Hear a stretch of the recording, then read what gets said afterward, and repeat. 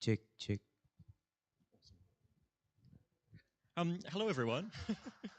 um, thank you for coming bright and early on the last day of the conference to something that will involve a little bit of talking. I'm gonna come like here so that I can sort of connect with the people.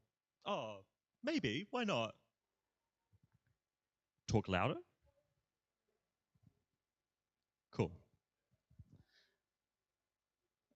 Um, what's going to happen is I'm going to talk a little bit just to paint the picture of the genealogy of this work, which is very much still in process, and how it came about. I'm going to read a little text that was initially connected to the work, and then I'll do it. And there's an invitation for all of us to do it together, but I'll explain slightly more at that juncture. So the work that we're about to either see or do together is currently called Te Reo o Te Whakatauki e Hikoe Ana, which in literal terms, if I translate it a word at a time, translates to the language of the proverb is walking here, there, now. But I think a better translation for the purposes of the concept is just the proverb walks. This work originated from a kind of controversy that's taking place in Aotearoa, New Zealand right now around the misusage of cultural imagery from marae carvings and things like that in AI systems. So there was an exhibition that was originally developed by B. Gladding, Sean McTague, and Janae Henry at the Physics Room Art Gallery in Christchurch called In Digital Spaces that created a new closed-loop digital system that fed its own imagery that was provided by iwi tribes in the area to specifically generate a Māori-led digital generation.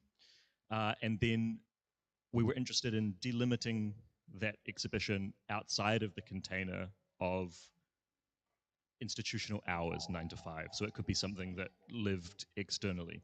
So there was another component that operated through live stream 24/7 around Christchurch Ototahi, the art centre that the physics room was in. And then the physics room commissioned a performance component to go alongside it as well, to continue to explore those ideas. What I'm going to do is I'm going to read a poetic text first. My primary practice is actually as a poet, and the poem kind of speaks to some of the ideas that are present in the exhibition, particularly the language politics going on in New Zealand. And then what we'll do is we'll gather outside that door and commence the hikoi, the walk, and I'll explain the rules maybe in a small circle at the time, just for those that would like to. The poetic text that I'm about to read is fragmented and runs quite long, like eight minutes, and you don't have to key in to listening to the whole thing, I think, to understand the point. In the initial iteration of the performance, I read this from a screen that the audience could see as well, and the screen listened to my pronunciation of the words, and only when the words were pronounced in a way that the screen could recognize would the text scroll. And the problem or the challenge with that is that the technology doesn't recognize Te Reo Māori pronunciation, which, there's a bit of an imaginary world that we have to build here at PSI in Jakarta around what the text originally was. But I'll read this and then we'll head out. If the present is unwrapped like a shucked oyster, let it be my oyster, my blank slate to transform into metaphor out of memory of this, that, all the other blank slates that came before mine and were willed in to be first kōwhai, then puce. Let it be my past to untangle, my language to unslip, these knots of English to be stripped from me in the future which I walk into, blind eyes set on the past, the whakatauki coming true, always having been true, such that I am walking away from this time, this place, with all that could be becoming as it becomes at once for real, this future, that present, this landscape, that promise, this forgotten fallibility, that foregone masculinity. This is a room filled with other rooms. That is a room with a locking door, locked door. This is the end of that. No, that is the beginning of this, which is not what you had hoped it would be. Music and filibuster, tahi. The present is unwrapped like ke, a shucked oyster. Let it be my oyster, my blank ate, to transform in to metaphor out orphim mim ori of this, that, or the other blank slates that came before mine, and where they willed in to be first Corphi, then Puce. Let it be my past to untangle, my language to unslip, these knots of English to be stripped from me, and the future which I walk into, blind eyes set on the past, the whakatoki coming true, always having been true, such that I am walking away from this time, this place, with all that could be or ming, as it becomes at once for real, this future, that present, this landscape, that miss, this forgotten fallibility, that forgotten masculinity. This is a room filled with other rooms. That is a room with a locking door, locked door. This is the end of that. No, that is the beginning of this, which is not what you had hoped it would be. Music and ta kore, tahi. The present is unwrapped, kore, a shucked oyster, tahi kore, be my kore, my blank slate, tor tahi and tor, metaphor out of kore. Kore this tahi or the other blank tahi that came before mine, and were tahi and tor be kore, korfai, tahi puce. Let it be my past to kore, my language, tor unslip. These knots of kore to be kore from me and the tahi which I walk in tor, blind kore set on the past, tahi whakatoki, coming tahi, having always been tahi such that I am kore, away from kore, time, kore, place, kore, kore, that tahi be becoming as it becomes at once for real, this future, that present, kore, tahi, kore, kore, tahi, ta fallibility, ta gone masculinity. This is a room with av ta kore ta, he, a room with a locking door, locked core. This is the end of that core, that is the beginning of this, which is not what ta he core would be. Ta he, ta kore, tahi kore, re, ta kore, ta shucked oyster, tahi kore, ko ta kore, he, ko tahi kore, metaphor, tahi kore ta, tahi ko ta kore, tahi re, tahiri, mine, and were, tahi ko, kore, kofai, tahi, he, re, kore, tahi, unslip these knots, ta kore, tahi, kore, from he, ko, ta, tahi, which I walk into, kore, set on the past, tahi, whakatoki, coming tahi, always having been tahi, such that he am kore, away from kore, time, kore, place, kore, that tahi, bear, becoming, as it becomes at once for real, this future, tahi, kore, tahi, tahi, fallibility, he, masculine, tahi, he, room, filled with ko, kore, he, ko, locking, kore, this is the end of that core, that is beginning of this, which is not what he, core would he, kore. Kia ora. Thank you. What we're now going to do is we're going to gather outside that door, maybe in a circle, and I'll explain what I'm going to do with an invitation to participate if you'd like to. Do we have the other person on Zoom joining us yet? Not yet? Okay. There's a chance that the walk, the hikoi, might be interrupted midway and that we just return for the second person that is here in the presentation, but we think we're going to get away with it, as we haven't heard from them yet. We'll see. If that is the case, we'll come back and we can have a little chat, maybe gathered at the front here so that it's not like trying to talk across a giant room, if that's okay with everyone. So I'll just pop this away. It's a separate work that they'll be joining. Yeah. So yeah, if we get interrupted, we'll just kind of hurry back here and break the work, whatever state it's in.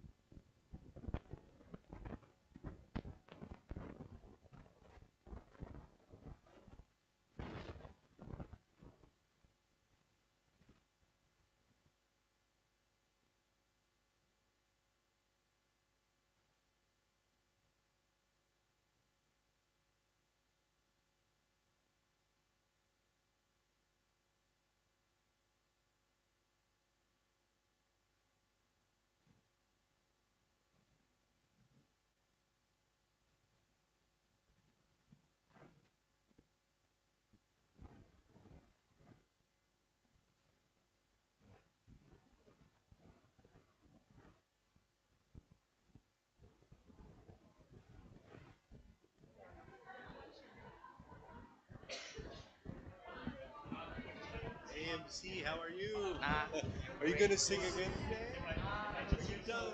Oh, that's great. Is that your main job or is this your main job? Yeah. I'm still a student. Really? Yeah, in Yeah. this university. So this is part Studying of what? the Studying what? English literature. Fantastic. This is like I just asked to be part of the committee, and I Yeah, said yeah. yes because And is that your regular band?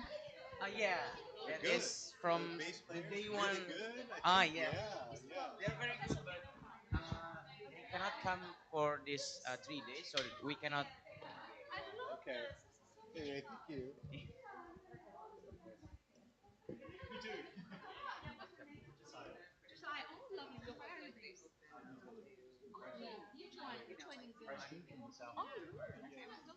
Okay. Well,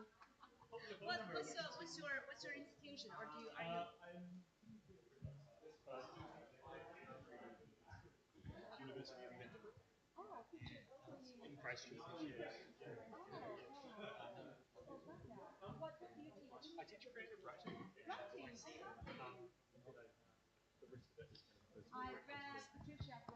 Oh, yeah, she's amazing. She's very much still running. Yeah, she's brilliant. I wonder if maybe, yeah. I wonder if maybe this is just actually a chance for a reflection and potentially I can answer some contextual questions that people have. Um, I was sort of aware in bringing the work itself. Oh, sure. Is it better if I talk into this? Does that help, or is it Actually better here. Yeah, I've. Oh, okay. Yeah. Are you on yours, dude?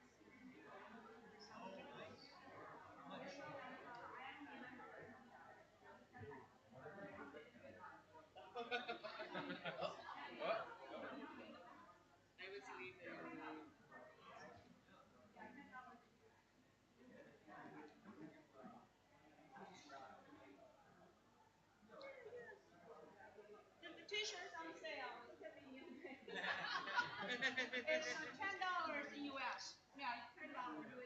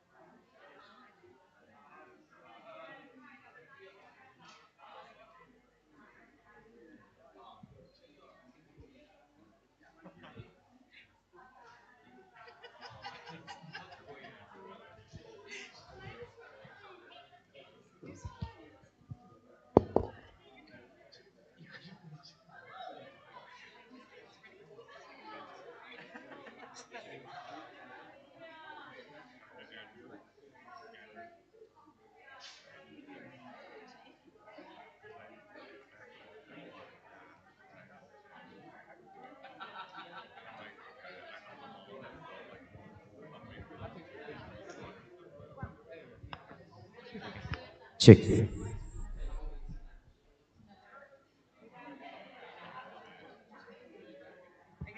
Check, check. Okay, hello everyone.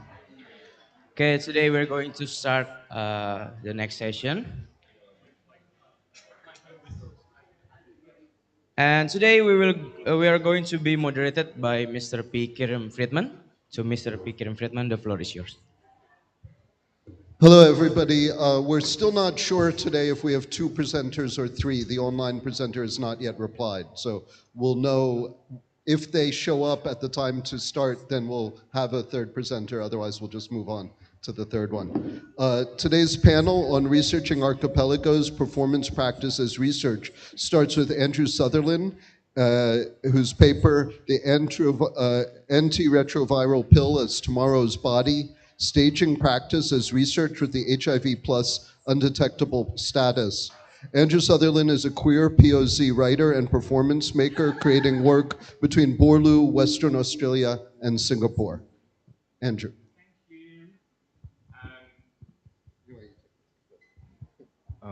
Okay. Before starting, I want to acknowledge the traditional custodians of the land that I reside on and do work on, the Wurundjeri Woiwurrung people of the Kulin Nation. That land always was and always will be Aboriginal land.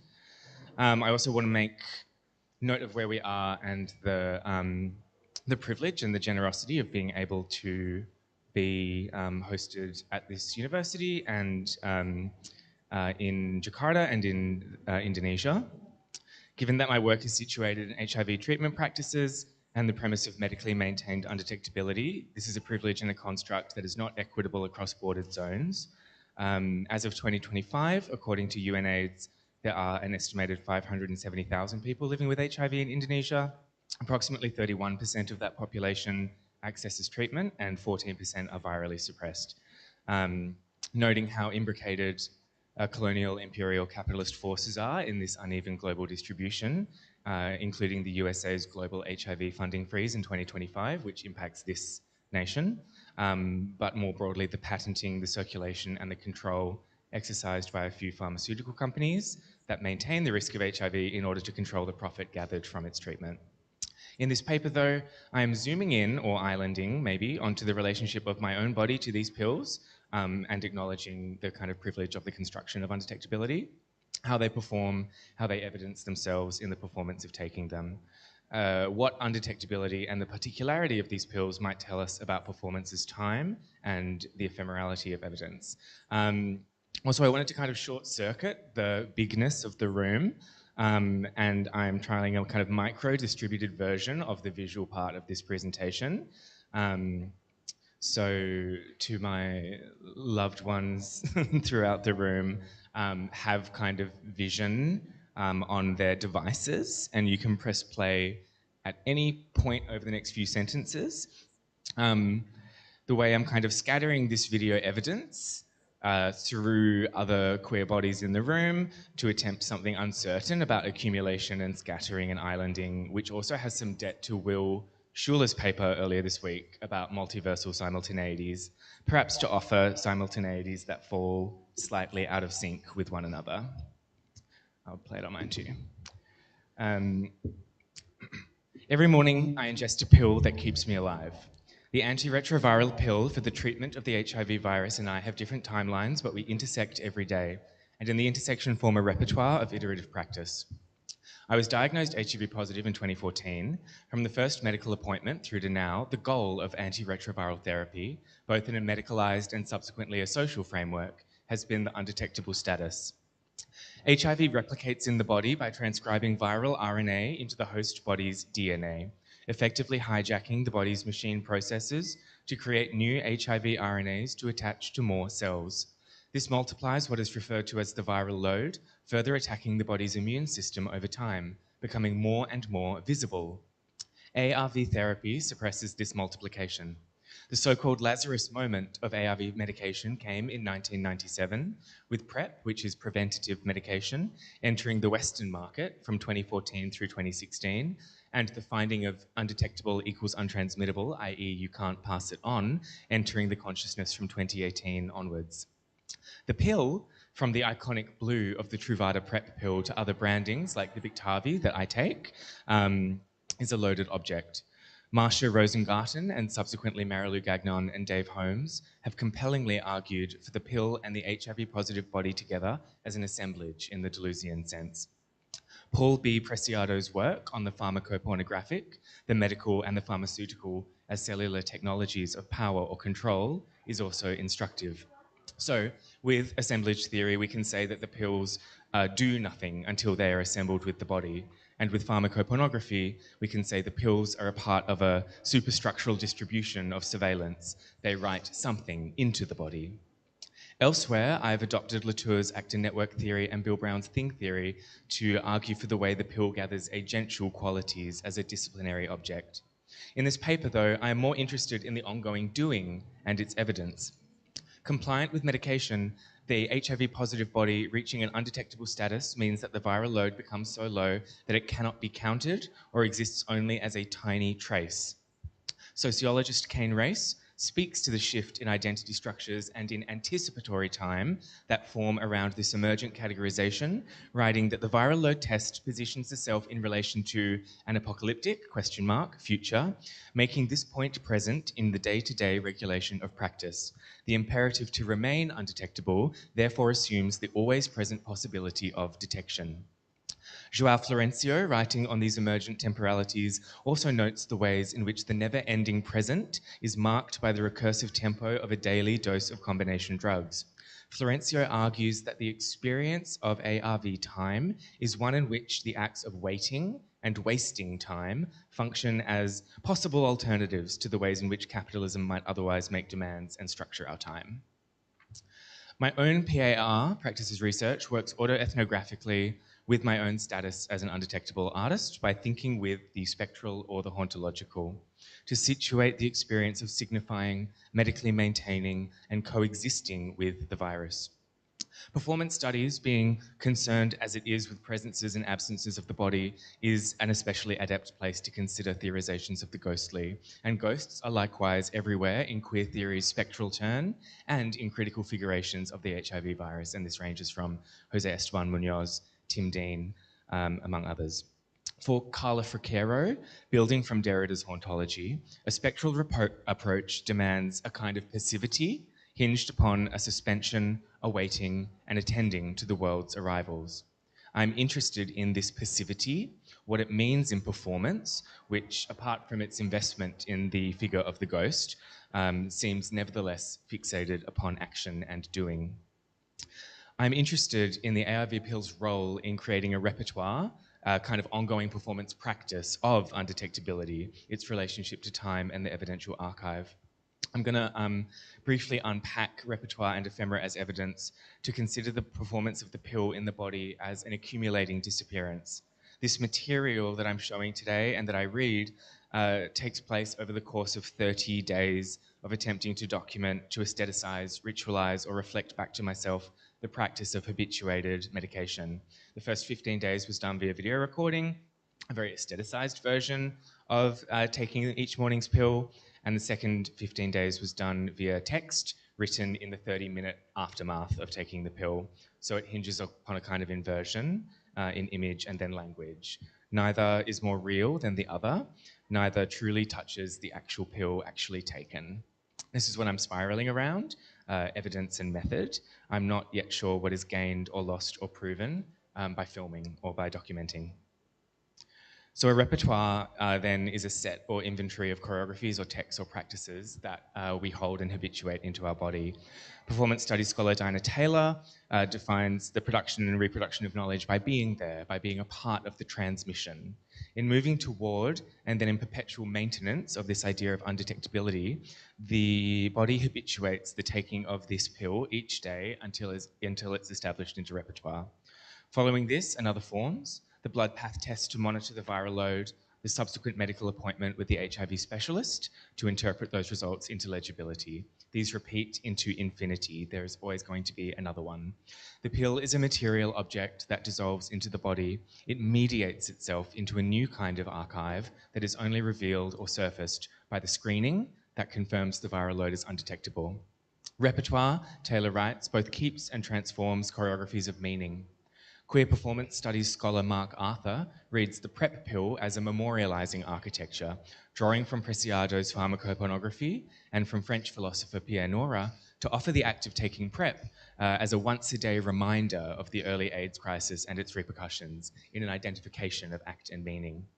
Here, by braiding memory with repeated gesture, it is this imaginative act of signification that provides effective density to this physical repertoire. For Arthur, this is a practice of memorial, a kind of generational thing. By taking PrEP, seronegative men are in some way recreating or reimagining AIDS histories. But this is gesturing to the question at stake in all rehearsed behaviour. What meanings or rituals or affects or histories or worlds do we carry with our habits? As performance theorist Joseph Roach reminds us, in the paradox of repetition, all actions are reinvented at every appearance, and memory reveals itself as imagination. So repertoire then makes a choreography from this habituation. Ritual is performing this habituation with a particular understanding or a particular intention. This intention layers into meaning. It accumulates by continuing to enact the same choreography. The spectral residue accumulates onto the action of taking the pill. Meaning making has a ghostly matter to it, a spectral heft. But how do you measure or document the spectral, which by definition, like the undetectable viral load, is both there and not there, impossible to count? Is it there just because I say it is? Is language, the act of naming, of signification, like Derrida's conjuration, enough? How do these disappearances into the body gather and accumulate in ways other than the surfacing via the blood screen? How can that be communicated via performance or its residue? In Unmarked, performance studies scholar Peggy Phelan declares that live performance disappears even as it is appearing. This, of course, is a very contested thing, and much of this critical writing on spectrality and repertoire wrestles with this statement. Later, in Morning Sex, Phelan investigates the possibility that something substantial can be made from the outline left after this disappearance. I have been performing for no one, or if not no one, then a deferred audience. I'm performing for the sake of the surfacing of evidence that takes place via blood screen every 4 months. I am performing my undetectability, which nevertheless shows up in my blood mediated through path screening. I am a compliant performer. I comply with my medication. I am performing for the lab technicians who process pathology results. I am performing for the HIV specialist registrar at Royal Melbourne Hospital's HIV clinic, who I find incredibly attractive and who I've had a crush on since I first shifted treatment services from Western Australia to Victoria. He's so attractive that I stalked him on social media. I found his long-term boyfriend. I decided that I would be an objectively better partner than his long-term boyfriend. But this is knowledge that I've had to keep to myself for the sake of continued compliance. Recently, my doctor moved on from this job, and now I have a new specialist at the clinic, and I've had to mourn the disappearance of a crush whose power lay precisely in the fact that it could never progress or escalate, could never be articulated, made known, or acted upon. Maybe this crush then is a good metaphor for the fugitive nature of this evidence. Compliant with medication, there is no narrative structure or progression or fixed events. To perform compliance is to remain undetectable forever. There will always be the next. I'm becoming very vexed by the idea of evidence and documentation. I'm quite unhappy with having done this because I'm not really sure what counts as documentation and what is practice and what is the performance, what is the event, what is at the end of things worth anything. I can show you this on all these little screens scattered, but I'm not sure it does what I want it to do. This could be a crisis of method, I'm kind of regretting the choice to record myself at all, this thing I was already doing. In the article Ephemera as Evidence and subsequently in Cruising Utopia, in response to Phelan's declaration, Jose Esteban Munoz considers the traces, the glimmers, the residues, the specks of things as ephemera, evidence of what has transpired that is certainly not the thing itself, not quite of the archive, but effectively carried within the objects of the queer past. Munoz draws from Derrida's trace what is left hanging in the air like a rumour. If I am vexed by evidence, this is only a thought that is captured from the trace of another better thought, as Munoz reminds us that queerness in general has an especially vexed relationship to evidence. Ephemera embed themselves in queer acts, in behaviour, in repertoire that connect the past to the present to the future in a spiral. What is left, Munoz asks? What remains? Ephemera remain, absent and present, disrupting a predictable metaphysics. It now exists in its current state as residue. I take the pill every day. The pill means something. Does the pill mean more or less before it is taken and swallowed and dissolved? Before I take the pill becomes an object that can be shaped and read and written upon.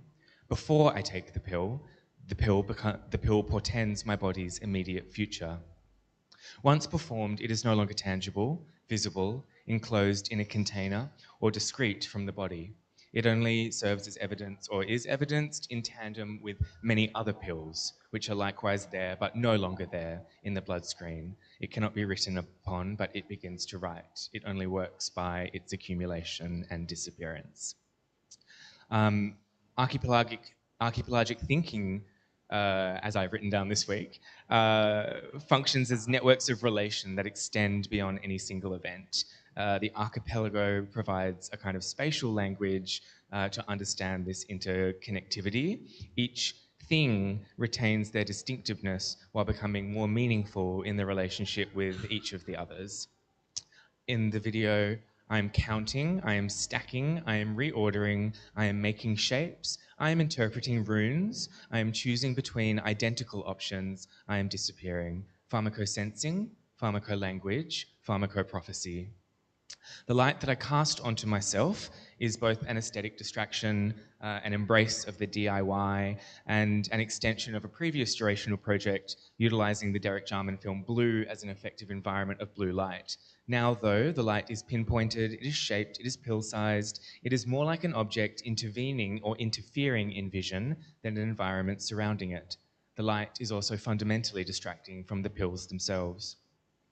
Something about habit is that once it has been formed, it is difficult to remember how it was formed. It must have been hard at first to rehearse and to perform compliance, to remember to take medication as the first action of every day. But I can't remember. I do it without noticing, except to know that I have done it. On the other hand, sometimes I think that today might be yesterday. It's also frightening to take my medication with this intention, with a camera trained on myself, as if by focusing on it when it has been habituated for so long, by drawing attention to it, by showing it back to myself, it raises the possibility that it will suddenly not work because you can't feel it working in the body. Thinking about it causes an anxiety that putting it into habit has occluded. It opens the pill back into a space of indeterminacy. I also worry that in playing with them, I am damaging their form or their coherence or their efficacy.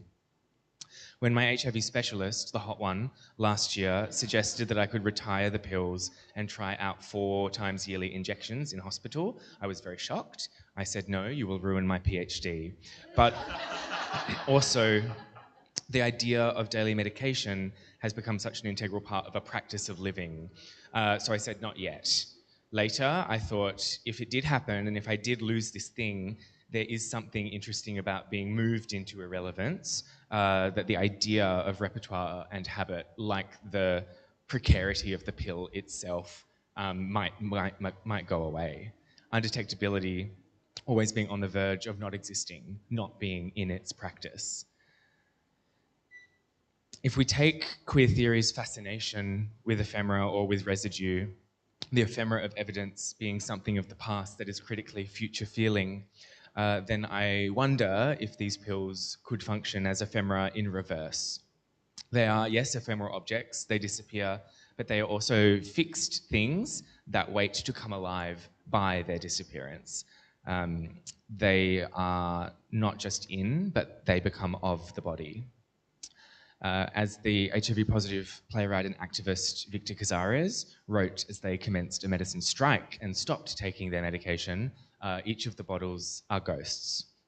At the same time, coexistent with Victor's strike, the Israeli occupying forces destroy hospitals and medicine stores in Gaza, including all of the HIV treatment prescribed to ES and HIV-positive Gazan, and then it is as if, to slightly paraphrase Dr. Tariq Lubani in The Intercept, the bottles are weapons.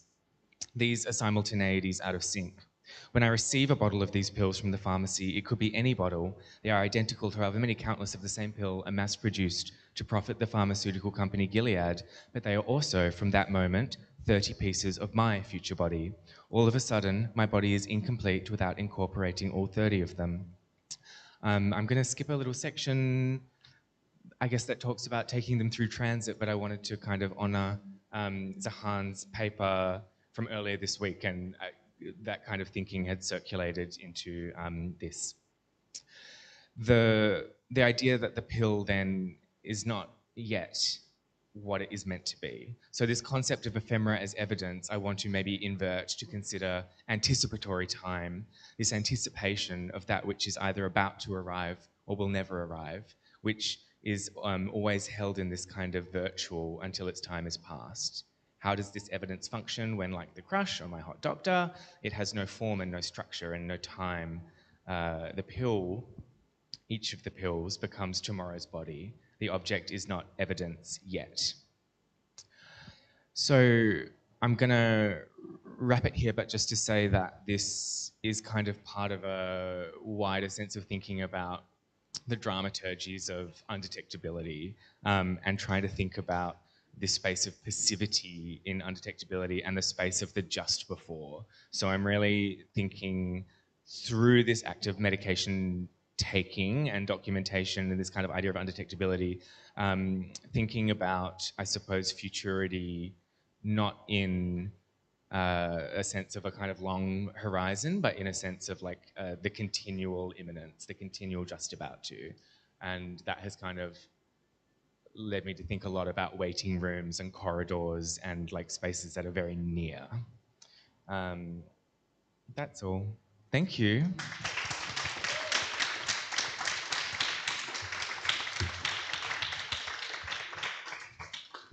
Is the online presentation? Okay, so we will move.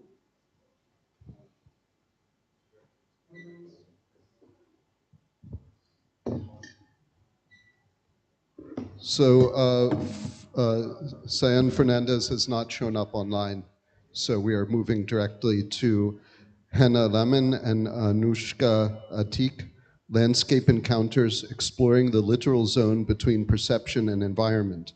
Dr. Hannah Lemon is a senior lecturer in media theory, University of Greenwich. She is a media philosopher and movement practitioner exploring topologies of thought and affective experience that emerge through embodied interactions between people, spaces, and technologies.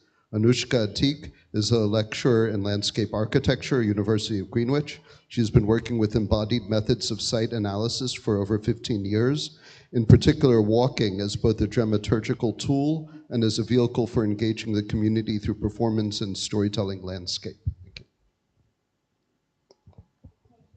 Thank you. Hello? Can people hear us? Yeah. Okay. So Landscape Encounters is a site-specific participatory research project which uses embodied and situated practices to attune to, imagine with, and perform amongst the entangled relations of human and more than human entities from which landscapes emerge. These practices afford the opportunity for participants to extend through the perceptive mechanisms of their articulated body into the environment. This presentation shares experiences from our first landscape encounter, which took place in an ancient coppice woodland in Sussex, England, with design, architecture, and landscape architecture students. Have the next slide. Sorry, yeah. So the project starts from Jacob van Uexküll's concept of umwelt to emphasize the entanglement of perception and environment. Participants engage in walking, sleeping, sketching, storytelling, and situated mark-making to reflect on their own perceptual worlds and to imagine those of other entities they encounter: animals, plants, fungi, lichen, and each other. They then experiment with making wearable prostheses that alter their sensoria, reconfiguring relationships between bodies and between body and environment. Uexküll's imaginary stroll through the worlds of animals is developed by embodied and situated practices, so that the world bubbles of different beings begin to coalesce and take on material form through the as-if mode of performance, enabling participants to inhabit that landscape otherwise. Next slide. So Uexküll uses the figure of an island to elaborate this concept of umwelt. His image of the sensing subject as an island wrapped in a protective garment connects the practice conceptually to the archipelago. But it also raises questions about how the relations between different islands, or bodies, and the environment they inhabit should be understood. Like bubbles, islands are often conceived as figures of isolation. Gilles Deleuze suggests that, quote, dreaming of islands, whether with joy or in fear, is dreaming of pulling away, of being already separate, far from any continent, of being lost and alone, end quote. Yet, we are not in the world, but we are of the world.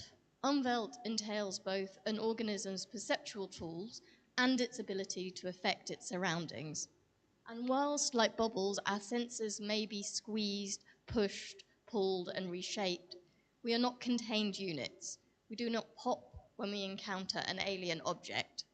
Through interactions, we shift, leak, absorb. We are more like the archipelago.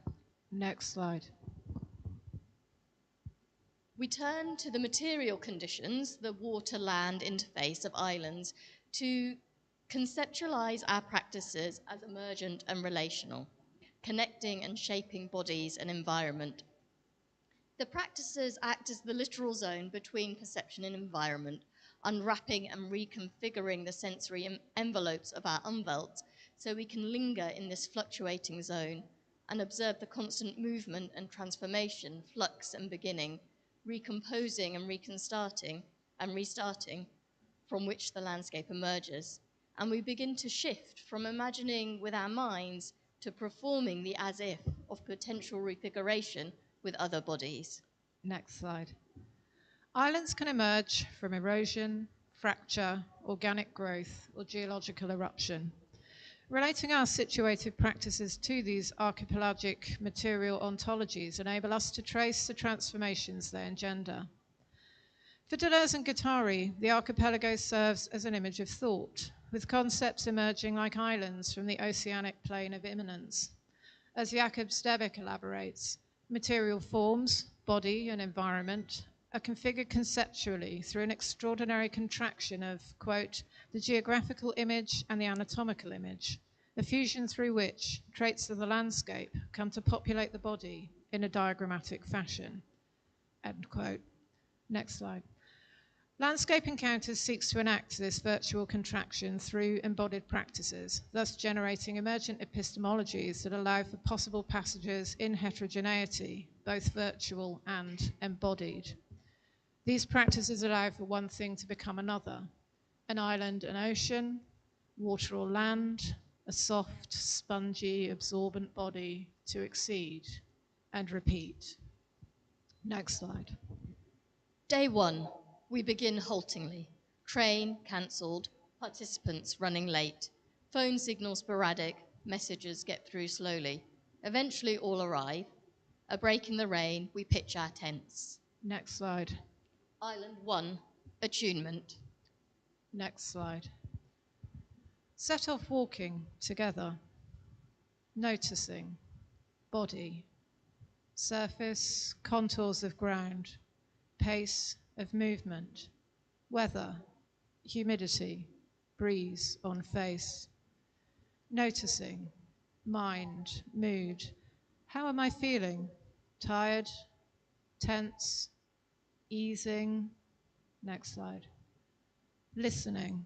What sounds? Trees, breeze, birds, footfall. What senses do we use to take in the landscape? Looking, touching, smell. Next slide. A first attunement, turning attention inward, becoming aware of the littoral zone and the flow of the surrounding ocean. Erosion, a continental island begins to form. The process is slow. We note one participant taking photos on her phone, an originary prosthesis that cements the visual. Next slide. Into the chestnut woods, away from the path. Next slide. Close your eyes. Next. Can you take a step? What senses do you use to move without seeing? How does it change your relationship with your surroundings? Feel your weight shifting. What senses would you like to extend? Next. Second attunement, dual inward and outward attention, proprioception and imagination, leaning on the haptic senses. The erosion continues and the tide rises, the continent recedes, and we are set adrift on the pelagic flows. Cotton tape covered in powdered chalk. Working in pairs, each hold an end of the tape. Maintain a gentle tension. What does it feel like to be conjoined with another? Move together. Attend to the spaces between. Find pathways that avoid the trees. Now, attend to the objects in the landscape. What happens when you touch other bodies? With your own, with the cord. Allow your composite body to fold around the landscape features. What shapes do you make? What traces do you leave? Third attunement, being a composite body. Outward attention, haptic, stretched out and conjoined with another. As the tide ebbs, our proximity to other islands becomes evident. The littoral zone expands, sandbanks and causeways emerge in the shallows. Out of a process of erosion and separation, an archipelago begins to form. Island 2, questioning and multiplying voices. Next. Back to camp, to eat lunch, sharing food, we rest our bodies in conversation and slowly find out more about each other, building trust. Over the meal, we pose questions to reflect on and read excerpts from Donna Haraway's Camille stories, multiplying the number of voices. Think about how we drew a physical connection, a string figure, we might say, between our bodies and our surroundings. Next. Where did your body engage with other bodies? Which parts of your body are connected to other bodies? How is your body dependent on other bodies? Next. We ask, can we establish a social contract that prioritizes care? How can we care for each other over these 2 days and beyond? Next. Sitting in a well-constructed shelter made from site timber, we are both here and elsewhere. We tell stories and discuss lateral crossings between bodies at a moment when the weather body is pressing in, making ourselves and the apparatus that extend us damp. The dampness amplifies the geographic affordances of the coppice, the smell of leaf rot and anticipation, tempered by the tacit knowledge of management and shelter, emphasizing the porosity between ourselves as researchers and the site we are becoming part of. Responding to our interoceptive needs, whilst overlaying the social configuration of eating and discussing, we reflect on beginning to shift from imagining with our minds to performing the as-if of potential refigurations with other bodies. An island outcrop, surrounded by the currents of multiple voices, ideas, sensory experiences. We retreat from the littoral zone to higher ground to survey the archipelagic land and seascape from above, and map the islands and sandbanks that our embodied explorations have begun to uncover. Next. Island 3, attending to others, imagining with the body. Next. We return to the woods to document the effective qualities between ourselves and the site through drawing, movement, and mark making. Next. We use paper, card, string, charcoal, and other found materials to amplify and record the relationships between us and the site. Next. Our bodies become instruments to read the environment. Next.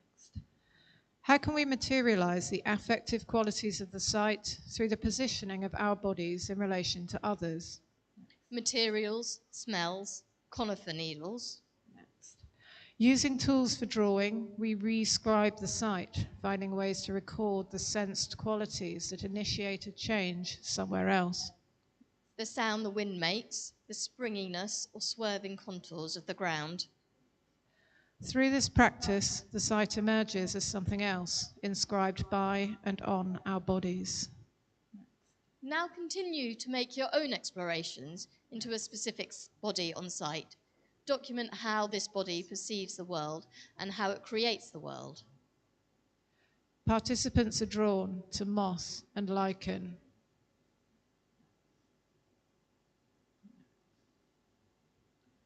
Remembering and imagining with our bodies, forwards and backwards, looking, drawing, touching, writing, smelling, listening.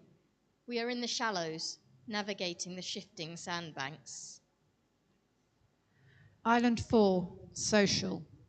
As participants return, we have dinner ready for them, bean chili and rice with chocolate for pudding. To feed is to care. The rain sets in, comfort and discomfort. A woman emerges out of the darkness, an albatross. Her car has run out of battery and she needs help to push it up the hill to jumpstart it. The strangeness of this encounter places her as other and cements our belonging to the site. Before we go to bed, we ask participants to consider the question, how can I make my body think like that body? Overnight, we camp in the rain. Sleeping casts us adrift on the pelagic flows, far from the continent. Our tents are small boats on the ocean, exposed to prevailing conditions, dampness, rain hammering on canvas and the early dawn light pull us in and out of sleep. In our pre-waking hypnagogic state, organic growth occurs. Reefs strengthen the connections between islands. As the rain passes over, the archipelago emerges renewed. There is a different baseline from the previous day. We have drifted further away from the landmass. Island 5, reattunement. In the morning, after breakfast, we realign our bodies to the site with a walking observation. I lead participants in a line slowly through the trees, a slow pace, one step a second.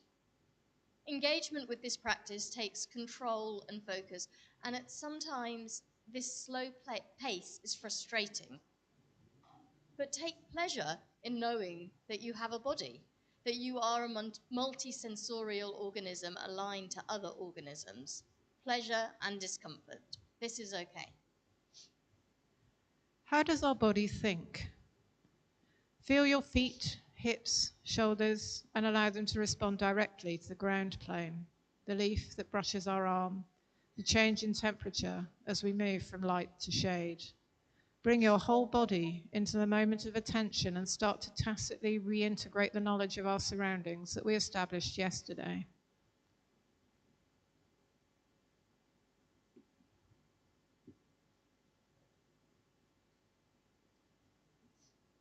This walking practice draws our focus to ourselves as motional beings, both through our breath, which draws our surroundings inwards and expels ourselves outwards, and through somatic senses, proprioceptive, interoceptive, and kinesthetic. The island of our perception is in flux, the edges shaped and reshaped, the literal zone expanding. Striking camp. A break in the weather so we make the practical decision to strike camp. This departure from the state of immersion entails a conceptual return towards home. An intrusion from the continent. Island 6. Performing the imagination, making and testing. What could you do with your body's perception so you could think more like the other organism? Like lichen, we make intense, intimate contact with our environment through the substrate. We prototype bodily attachments using a selection of simple materials. Trying on, wearing as we make. Performing the imagination, making material our observations and imaginations of inhabiting otherwise. A return to Island 3, making and transforming. Each person deeply immersed in their own practice, imagining with our bodies, reshaping our bodies, an archipelago of ephemeral islands. Antennae and limb extensions, moving through the landscape using touch, not sight. Changes to posture, balance, gait. Each obstacle initiates a new path, losing all sense of direction. Amplifying the wind, breeze creates movement and rustling sounds, most effective when static, becoming implanted, frustrating. Exploring the umvelt of lichen, slow-paced and rooted in place, sensing world through bodily growth and extension. Moss, spreadability, tentative extension of shoots to test suitability of new ground, whilst preserving established growth, protection, softness, tactility. Expanding the flat and limited field of vision, emphasizing hearing to create a 360-degree environmental awareness. This limb device allowed me to navigate blindly through the landscape with little tension in my body, using my available limbs to put what is up front and my legs as my eyes. But I want to use my arms too. What could this device look like? What can we do to change our bodies to act and think like a certain species? The species I'm focusing on is moss. I was thinking about protecting my head. I am thinking about navigating blindly through the forest, rather than no vision, only towards the floor. Crowding, detecting trees, feeling the forest floor. Devices that need and also occupy the experience of walking, crawling through the woods blindly, with the smell and touch being the senses used to follow the journey throughout the forest floor. In conclusion, Landscape Encounters uses embodied practices to perform an extraordinary contraction between anatomy and geography, perception and environment, creating what Stebik, after Deleuze and Guattari, calls a fusion through which the traits of the landscape come to populate the body in a diagrammatic fashion. These actions of inhabiting the landscape otherwise, situated mark-making, walking intention or with eyes closed, storytelling and domestication, and the improvised prostheses that alter our umvelts, amplifying or occluding sensors, or reshaping body parts to change how we affect and are affected by our surroundings, enable one thing to become another. An island, an ocean, water to land, a soft, spongy, absorbent body that exceeds and repeats and transforms. These practices generate emergent epistemologies that allow for possible passages in heterogeneity that are both virtual and embodied. Like islands, these perceptual transformations emerge from erosion, fracture, organic growth, or eruption, and allow us to inhabit the literal zone where this exchange takes place. We do this to pull ourselves out of thinking about the landscape and instead to engage with the landscape as an entanglement of material affective processes through feelings as well as thoughts. Thank you.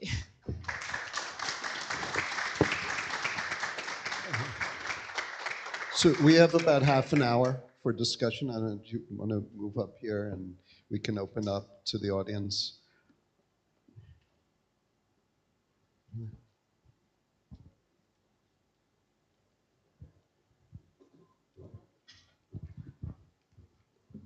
Thank you for the amazing presentations. I'd like to ask this because I know Andrew is towards the end or completing.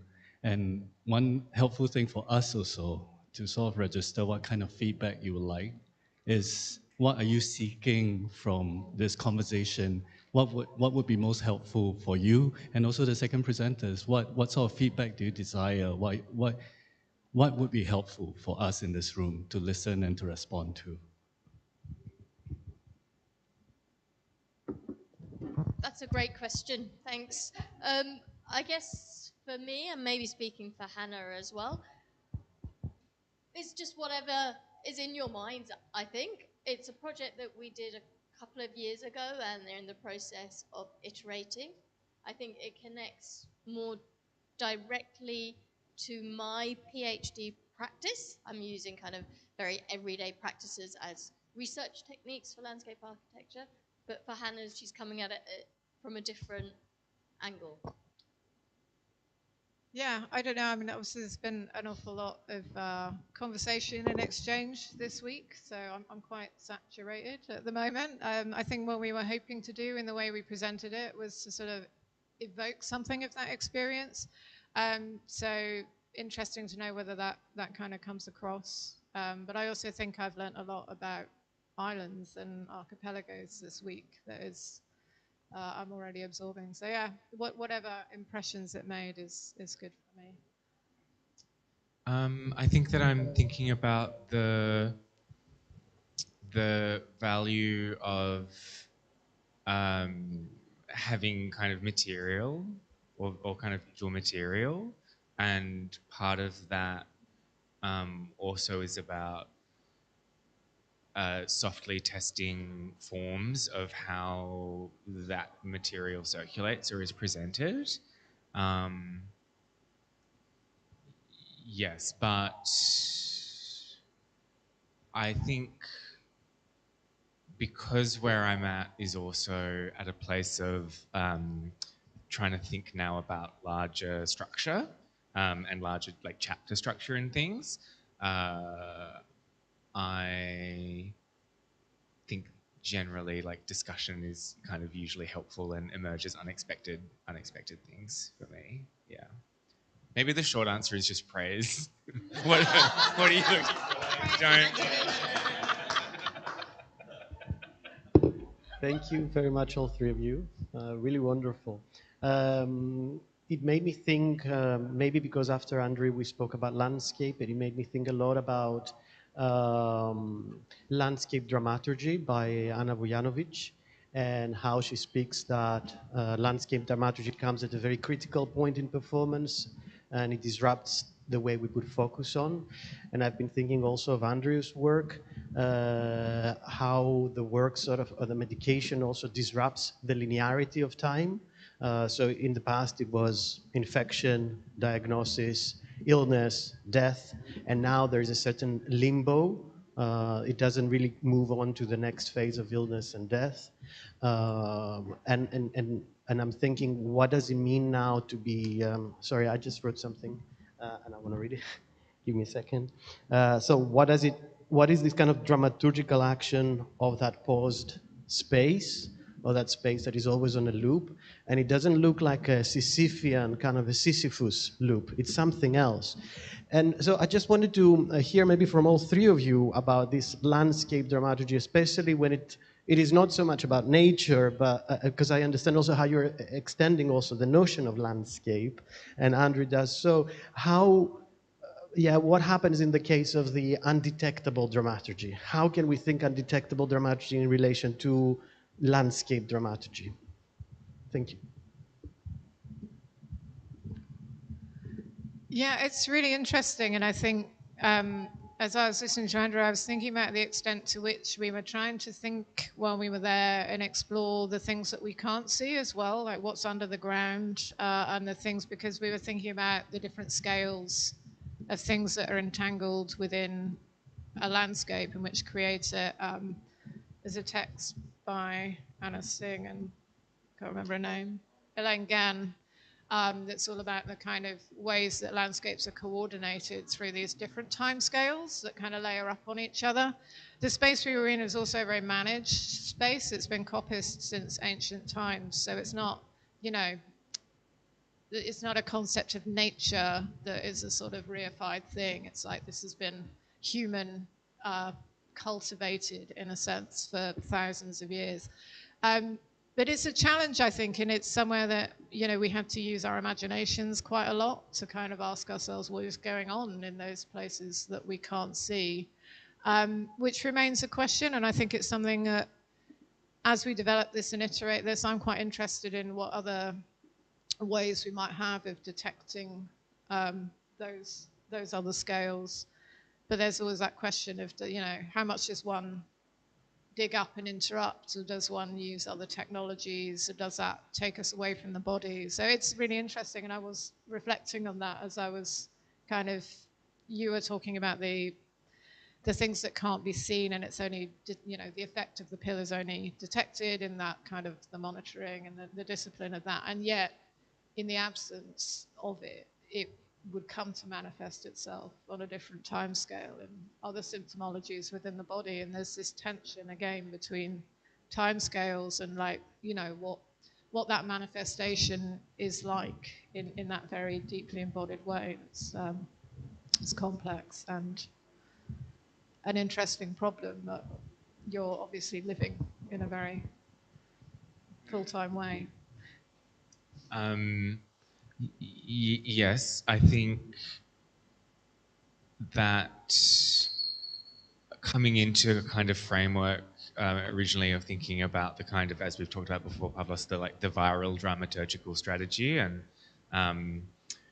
in particularly thinking about representations of the HIV virus, but then thinking about the kind of crucial thing about what we term undetectability is its non-transmissibility. So actually, what is it to have the thing but not be viral, to kind of have these quite quiet or kind of unseen affects? And so I think,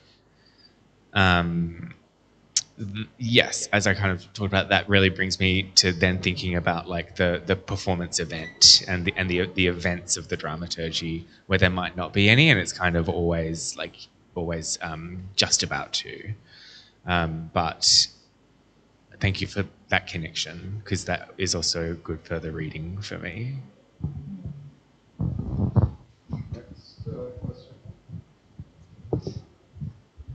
I'm just going to go with the praise thing. I found both of the ways that you crafted your sentences, the ways that you spoke, it was just like an hour of pleasure. So.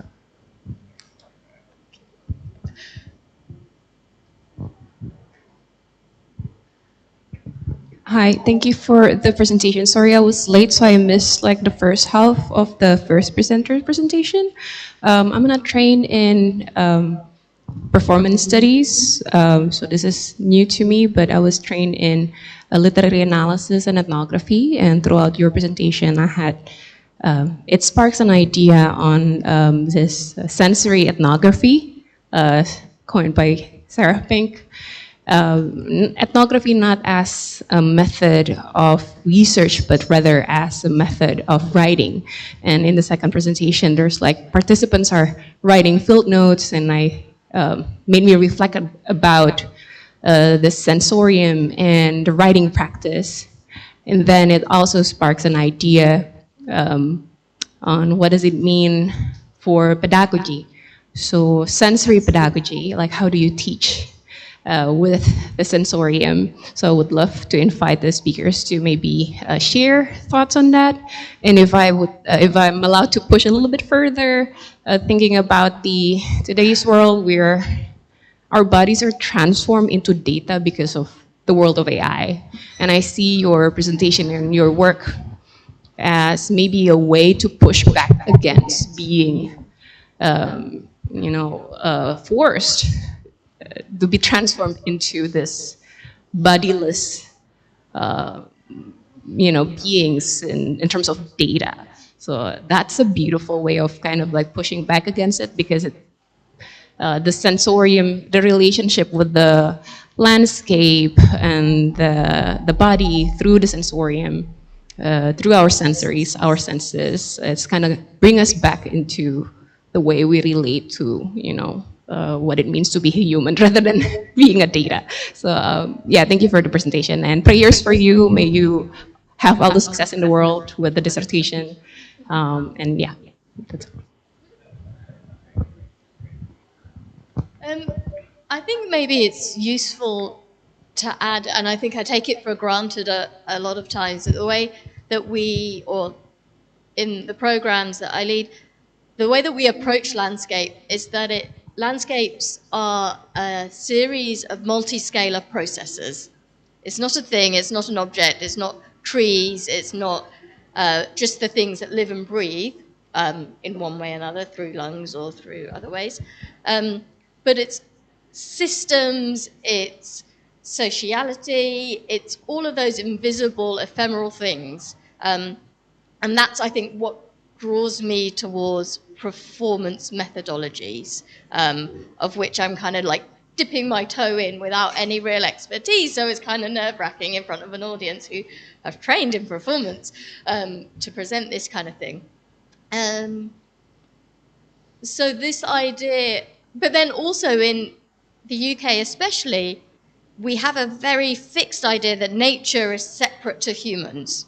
It's this nature culture binary that's existed for like centuries and centuries, and has underpinned colonial movement, etc., etc. But still, we kind of categorize, we quantify nature as what good it can do to us. How much carbon can a tree capture? Oh, well, then it's worth planting and keeping alive. So it is very much a pushback against that, about seeing our bodies as material, as a way of decentering our kind of moral intentionality, and as material things that have a capacity to perceive and create effect. But in the same way that other things around us, I guess in a new materialist way, also have a capacity to affect others.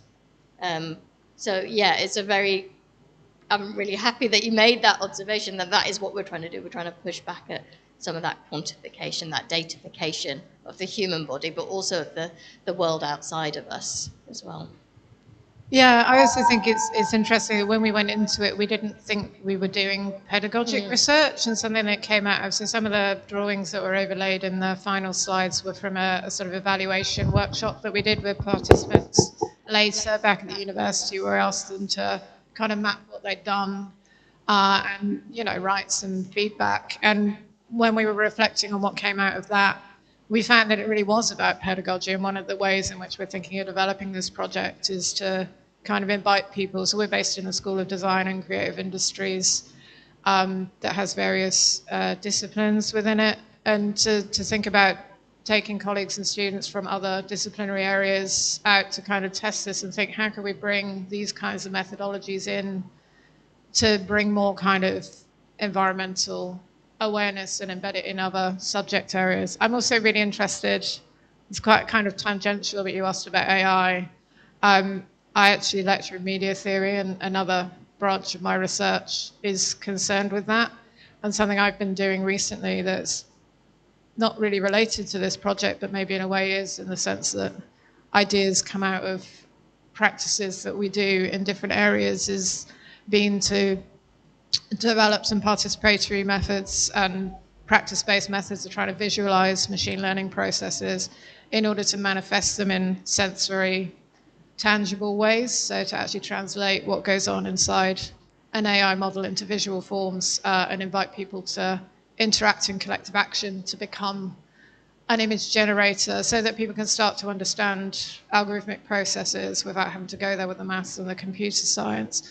So I do think there's a relationship, and I think that in order to learn to live with those kinds of technologies in ways that are critical and sustainable, we need to find ways of making them less black boxed.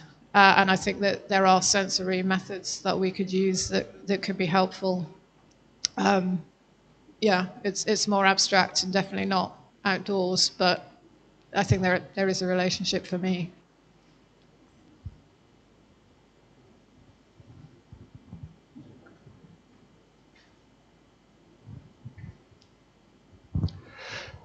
Thank you for both of these incredible papers.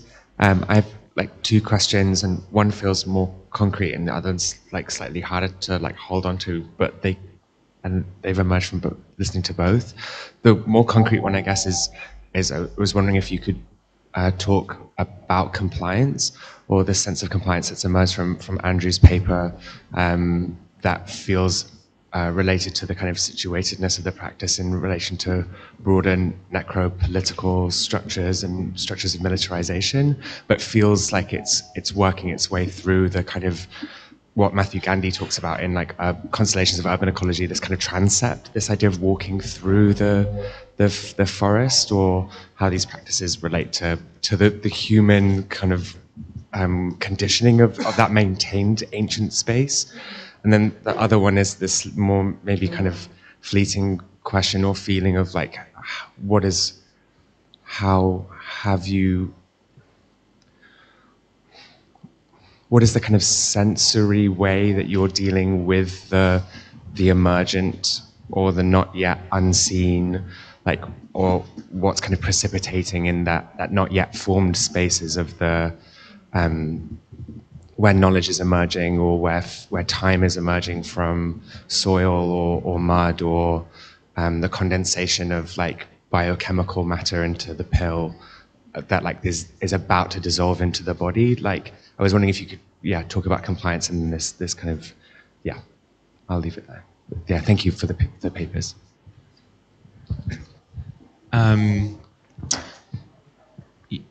Yes, so I think that because there's like medical and there's also social and cultural, and so I think that something about the for this, like the performance of compliance is also about the kind of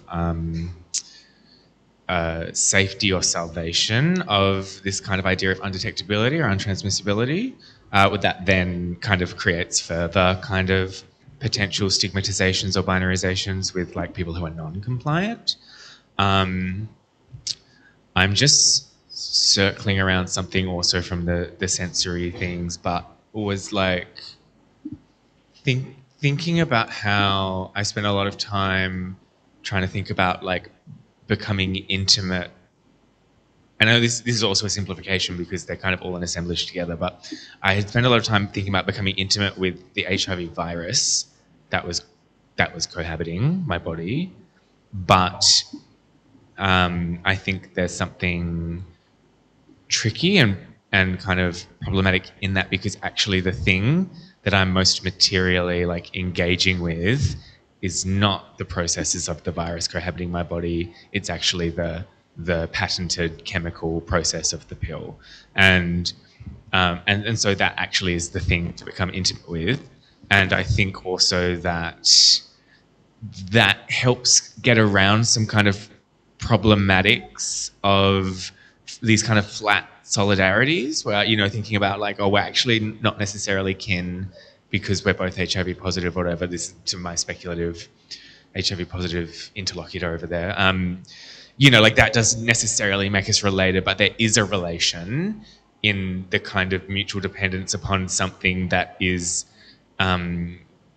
distributed unevenly, that I know I have access to in a certain way. And yeah, I think that I particularly was really kind of rethinking about this, like, oh, it's not being pos, it's actually about the relationship to the pill at the time of Victor Casares was striking from their medication. And so that sense of like refusal and that thing, I was like, of course, it's that.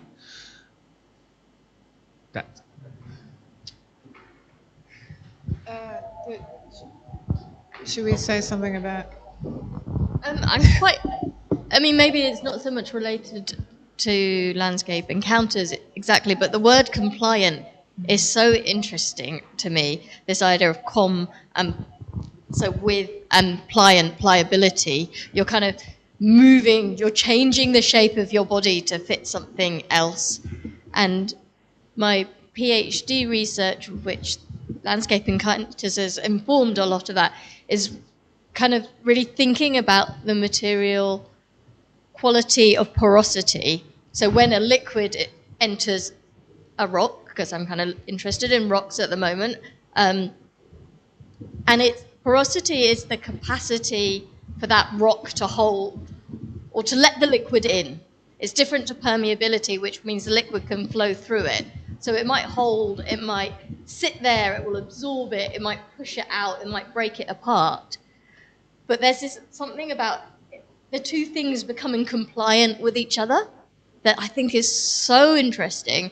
And I'm also really interested in, and I don't know how I'm going to do it yet because I'm at the early stages of using that to work out how knowledge or how multiple and new knowledges appear between human and non-human forms.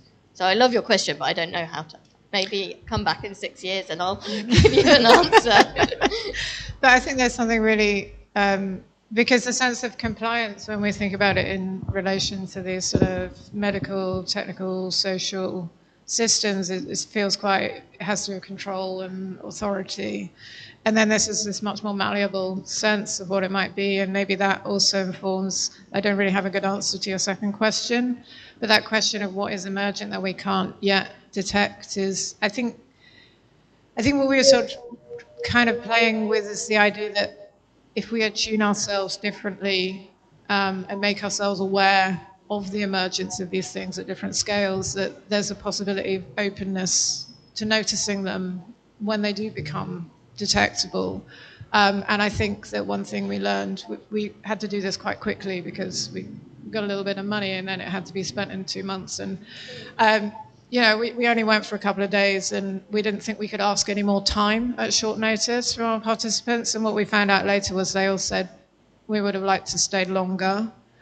We would have liked to have done more co-creating, and that once we started, like if each of them could have designed a different way of interacting, if we could have taken a week, if we could have taken more. And I think that the question of temporality, it is about slowing down, and that's really something I've been reflecting on a lot this week. It's been like really manic, and it's also been, there's been some moments. I was very inspired by Diane Butler and her slowness, and it's just like giving pause. And for anyone who's staying at the Best Western, the crazy experience of this incredibly slow lift, that has been the most time I've had all week, has been waiting for this incredibly slow lift.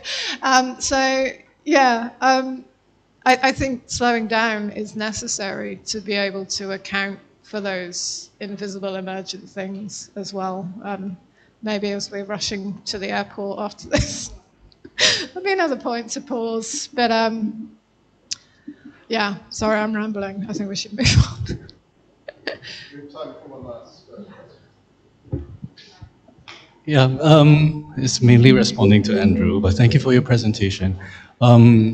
and I'm hearing a through line with the census practice and also like this idea around compliance, that there is something in your presentation about your fetish for the form of the pill itself that I think would be helpful for you to really linger with. And one throwaway comment you make, when the transition of big pharma now to like injectables, when you start losing the form of the pill, and it becomes something that is even more insidious and most importantly, undetectable. I think there are valences of undetectability that we could potentially explore in further depth. Because there's the undetectable is the elimination of a certain kind of registration. And there's a layer of HIV/AIDS memory that you're engaging with, forgetting the past. But the second layer is also undetectability of sexual kind of status and the need to declare. So undetectable as a kind of verification of. But the third thing is that big pharma is also trying to make you forget that you have to take this pill every day.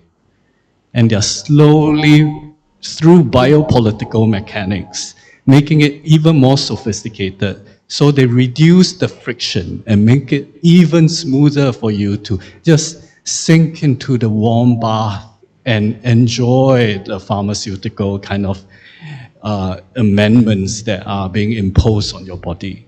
And I see the way you insist on producing evidence of you taking the pill and counting the pill as reminding us, so you're refusing to be undetectable. You're insisting on a certain kind of detectability. And that, I think, links and connects to the body of performance study scholarship that you have been engaging with throughout your presentation. Yeah.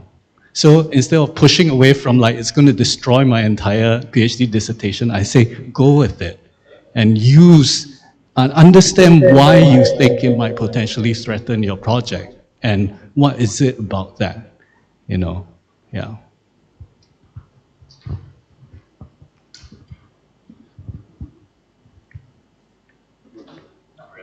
Okay.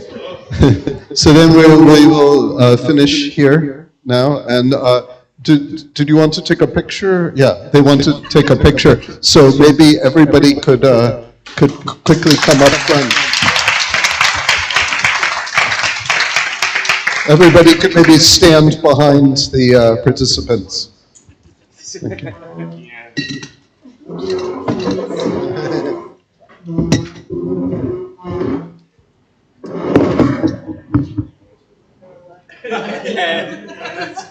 Try to stay close.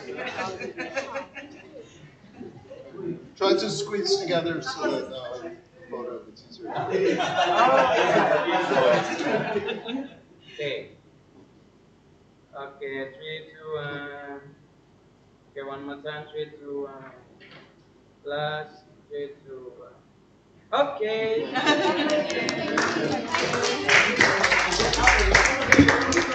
Are you familiar with Check. Okay, everyone, I have an important information. So, for set 10, individual paper session is now over. And then please kindly move to GWS building, Geraha William Surya Jaya, the venue where we had our day 1 opening. And we will take lunch and the closing ceremony there. So please directly go there. Thank you.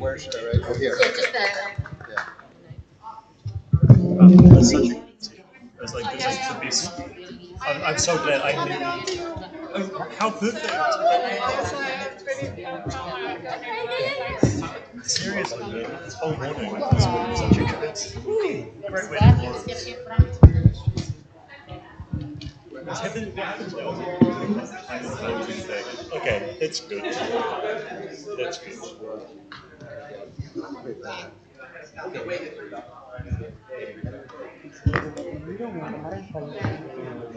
Yang recording, coba cari dah, Bang David juga nggak tahu di mana.